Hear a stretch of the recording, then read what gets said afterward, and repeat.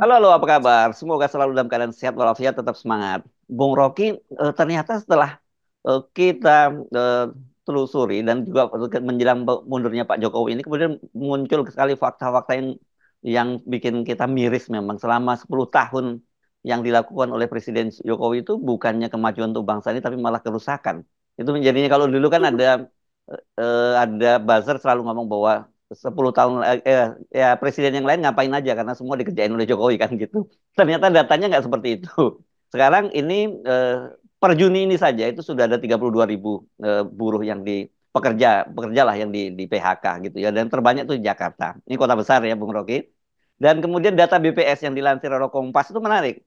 Era Jokowi dengan era SBY lah setidaknya terakhir.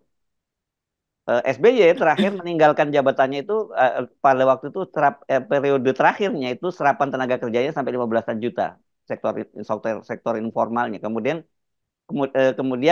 era periode pertama Jokowi itu turun jadi tinggal 8 juta, dan ini ketika Jokowi meninggalkan jabatannya ini tinggal 2 juta. Data pemerintah ini Bung Rocky, data BPS ini. Ya itu dalam film X Factor itu dulu disebut The Truth is Out There itu. Mhm. Yang benar itu memang yang tidak kelihatan tuh di awan-awan itu, dan yang disembunyikan itu yang kemudian muncul ketika cuaca mulai memperlihatkan eh, kecapean dia. Cuaca terlalu terlalu fatigue, terlalu lelah untuk menyimpan kebenaran, maka mulai dibuka. Termasuk Kompas. Kompas akhir-akhir ini mulai membocorkan hal yang sebenarnya dia tahu dari awal kan. Kan Mhm. kita lihat bagaimana Kompas memanipulasi opini publik, terus-menerus mengatakan likability. Dua sampai semester lalu pun Kompas masih promosikan bahwa kesukaan pada Jokowi tinggi sekali, itu elektabilitasnya dia masih mampu untuk 3 periode.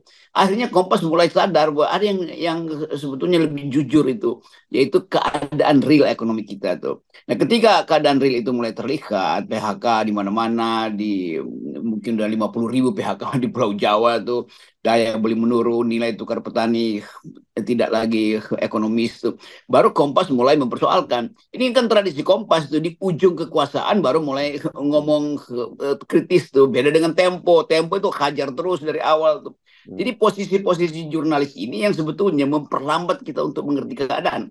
Kan mestinya Litbang Kompas itu memberitahu, iya dari awal kita tahu bahwa terjadi deindustrialisasi, terjadi pelemahan daya beli. Itu yang disembunyikan oleh Kompas. Karena Kompas dulu pendukung Jokowi itu. Jadi kemunafikan juga kita mesti jujur mengatakan bahwa itu sebuah disebabkan oleh lembaga-lembaga survei yang disewa oleh negara, termasuk mainstream jurnalis ini kan. Jadi sekali lagi udah terjadi, dan betul memang selalu luka itu mulai terasa atau mulai bisa dinyatakan terbuka ketika mulai busuk itu kan ada bau luka kan. Nah, luka-luka yang disembunyikan di bawah karpet Jokowi itu mulai terbuka hari-hari, terutama soal numbers, figur-figur makroekonomi itu. Jadi kita mulai melihat bahwa memang ada masalah yang akan dibebankan pada Presiden Prabowo nanti itu. Nah, itu juga pentingnya kita terangkan bahwa Prabowo punya hak untuk mengatakan bahwa memang saya dalam kekuasaan, tetapi briefing tentang ekonomi itu terbatas pada penguasa, pada beberapa orang yang ditunjuk langsung oleh Jokowi untuk memanipulasi kondisi sosial kita kan. Jadi saya kira itu supaya fair kita mesti beritahu bahwa semua kejahatan Jokowi itu juga ikut disembunyikan oleh media-media yang disogok oleh kekuasaan, yang mengasuh legitimasi Jokowi yang palsu itu. Nah, Ya. saya mulai dengan semacam kejengkelan ya, nggak apa-apa ya. Oke, ini sebelum sebelum kita terusin ke Prabowo dan dilemanya ya. Nanti kemarin kan juga saya sempat menyampaikan kepada Anda ya, datanya ini ya. Nah, ini datanya ini menarik, yang wawancara saya dengan Awalil, ahli fiskal Ya. Awalil, yang dia menyatakan ini utang pemerintah itu kalau mengesampingkan BUMN itu sekitar 12.657 triliun. Ini datanya bisa kita lihat. Dan kedua, itu kalau melibatkan utang BUMN yang di situ ada PMN atau penyertaan saham modal dari pemerintah itu iya 19.000 atau sampai 27.000 sampai 20.000 triliun hutang kita ya. Sementara yang Wih. diakui kan hanya 8 ribuan. Dan saya lihat Misbahun itu juga anggota DPR dari Golkar, dalam wawancaranya dengan Akbar Faisal juga menyebut bahwa kalau plus utang BUMN itu dia nyebutnya 20.000. triliun. Dan itu memang data yang diambil dari LKPP, bukan data ngarang-ngarang. Sama seperti tadi data Kompas, itu dari BBS gitu. Semua data itu terbuka karena ini dimonitor oleh sistem pendataan internasional. Tetapi yang dipilih oleh Kompas, dipilih oleh buzzer-buzzer Jokowi untuk diucapkan ke publik manipulatif, diambil bagian yang paling nggak signifikan kan. Padahal kalau udah segitu banyak itu udah 90 mungkin udah 90% rasio dari APBN kita kan bolongnya itu kan.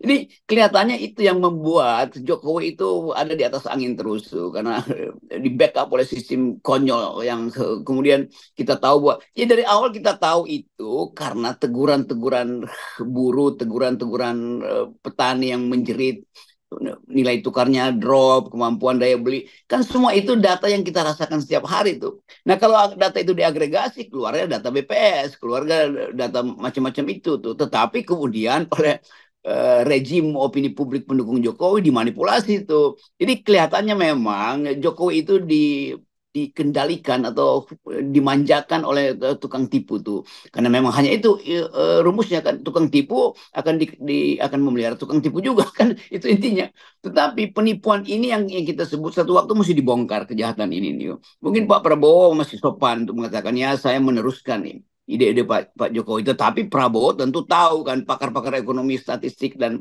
ahli IT di Prabowo itu ngerti modeling yang harus dilakukan harus berbeda dengan yang ada pada Jokowi. Jadi dengan kata lain Prabowo mungkin mengatakan oke, saya tahu bahwa saya dibesarkan dalam tradisi Presiden Jokowi, tapi saya juga tahu manipulasi-manipulasi di dalam rejim ini tuh. Jadi saya kira Prabowo akan tiba pada semacam keputusan bahwa dia mesti meninggalkan semua hal yang berbau Jokowi itu. Kalau enggak dia akan dikutuk sebagai penerus dari Ya, kejahatan-kejahatan dan kesalahan-kesalahan kebijakan Jokowi. ya, ya, ya, ya.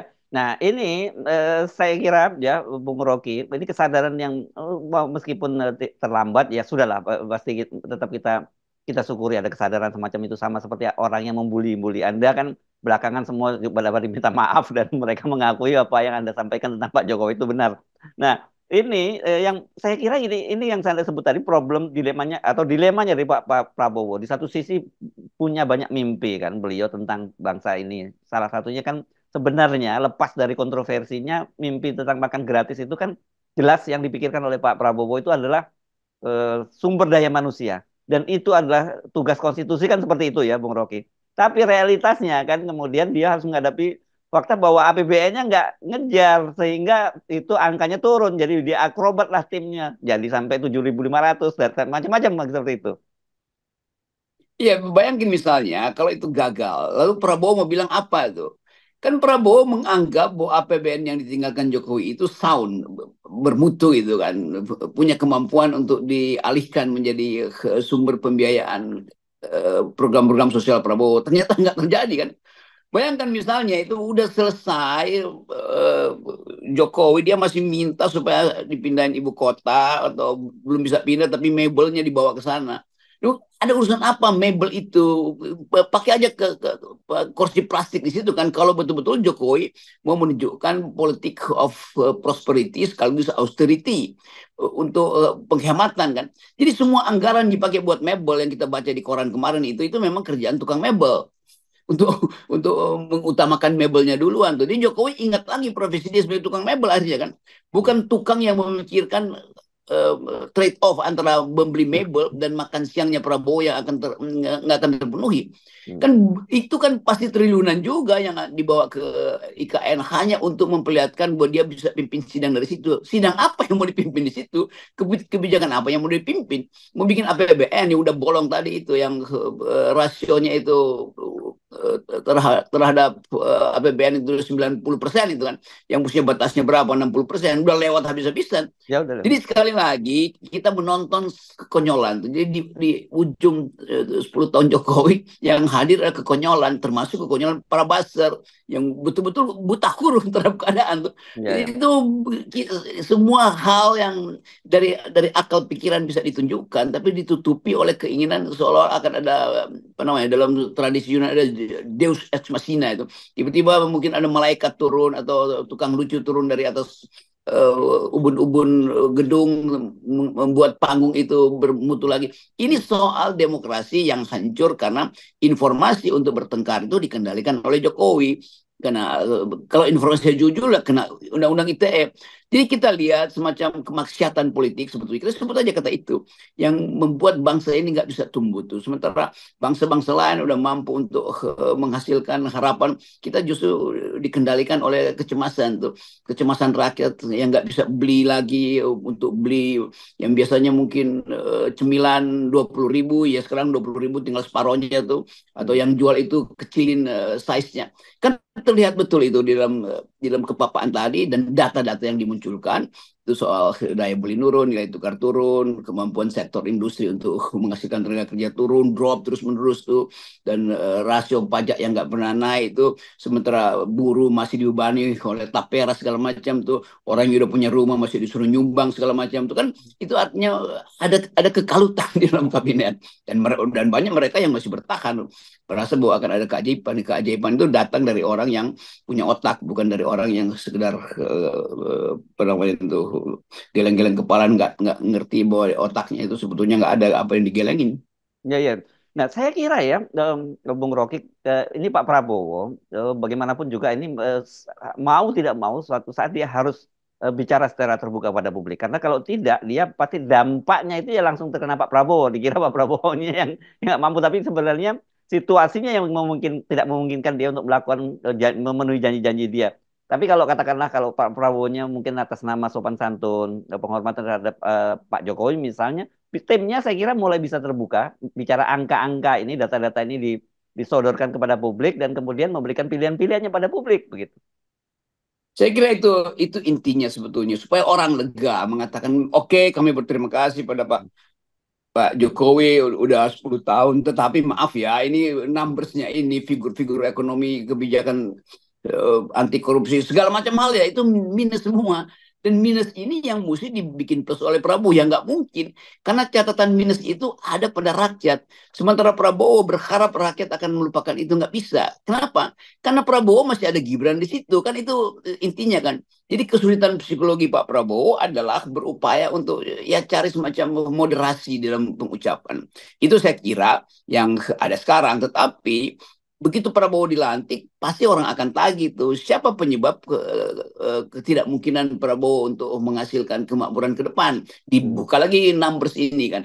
Lain kalau Jokowi menitipkan APBN yang bermutu, yang berkualitas tuh. Lain kalau Jokowi menitipkan demokrasi yang terbuka pada Prabowo. Lain kalau Jokowi menunjukkan bahwa peta jalan ke arah 2045 itu betul-betul terbuka, bukan karena sekedar pencitraan. Itu nggak mungkin diucapkan oleh Jokowi. Dan sekali lagi kita mulai membayangkan bagaimana kabinet Pak Prabowo nanti diganggu secara psikologis karena unsur Jokowi masih ada di situ, yaitu Ya, Gibran. ya, Kita bukan anti Gibran, kita mau terangkan bahwa Gibran tidak punya kapasitas untuk itu. Bukan sekedar kapasitas, legitimasi konstitusionalnya juga dipertanyakan. Tapi ya. saya tahu atau saya bisa duga bahwa Prabowo tentu punya semacam siasat atau strategi sebagai seorang yang ahli dalam mengatur strategi. Langkah pertamanya tentu adalah ya basa-basi sopan santun itu. Tetapi setelah itu mesti ada kejelasan tuh siapa Ya. yang bertanggung jawab terhadap beban yang dipikul Prabowo nanti kan. Kan rakyat akan melihat kontras bahwa Prabowo mengucapkan kalimat kesinambungan. Iya, kesinambungan sampai setelah dia dilantik. Setelah itu dia mesti berpikir sendiri tentang arah ekonomi, arah bangsa ini, terutama secara global. Ya, ya, ya, ya. Nah, ini kita mesti say sorry terhadap Pak Prabowo ya. Kalau dulu Pak Jokowi awal masa jabatannya disebut sebagai New Hope gitu ya. Bahkan ada media Time kalau tidak salah yang membuatnya ya New Hope, harapan harapan baru. Yes. Kalau Pak Prabowo ini kita mesti secara terbuka menyatakan bukan harapan baru tapi harap-harap cemas karena dalam situasi dengan APBN yang seperti itu. Iya, new anxiety, kecemasan baru, Ya. atau iya kegetiran baru, new misery yang Hmm. akan dihadapi oleh Pak Prabowo. Jadi sebetulnya itu yang hendak kita ucapkan atau kita kita perlihatkan karena media hari-hari ini kan akan orkestrasinya adalah mengevaluasi 10 tahun Jokowi, dan evolusinya pasti negatif. Kita taruhan aja mana ada media Hmm. sekarang yang masih mengeluhkan Pak Yes. Jokowi kan, itu Hmm. artinya konyol itu. Jadi sebetulnya kejujuran media itu harus dipulihkan supaya Prabowo dapat sinyal bahwa media telah membantu dia untuk menerangkan pada publik beda antara Jokowi dan Prabowo, kan itu intinya kan. Yes. Kan nggak, kurang etis juga kalau Prabowo yang mengatakan pada akhirnya saya akan berbeda, ya nggak bisa itu, Mhm. terlalu drastis. Mestinya media yang terangkan ini loh beda antara Jokowi dan Prabowo, dan beda antara harapan New Hope dan New Mystery itu, Yes. kegetiran baru pada kabinet nanti. Oke, kita nolkan ya, Bung Rocky.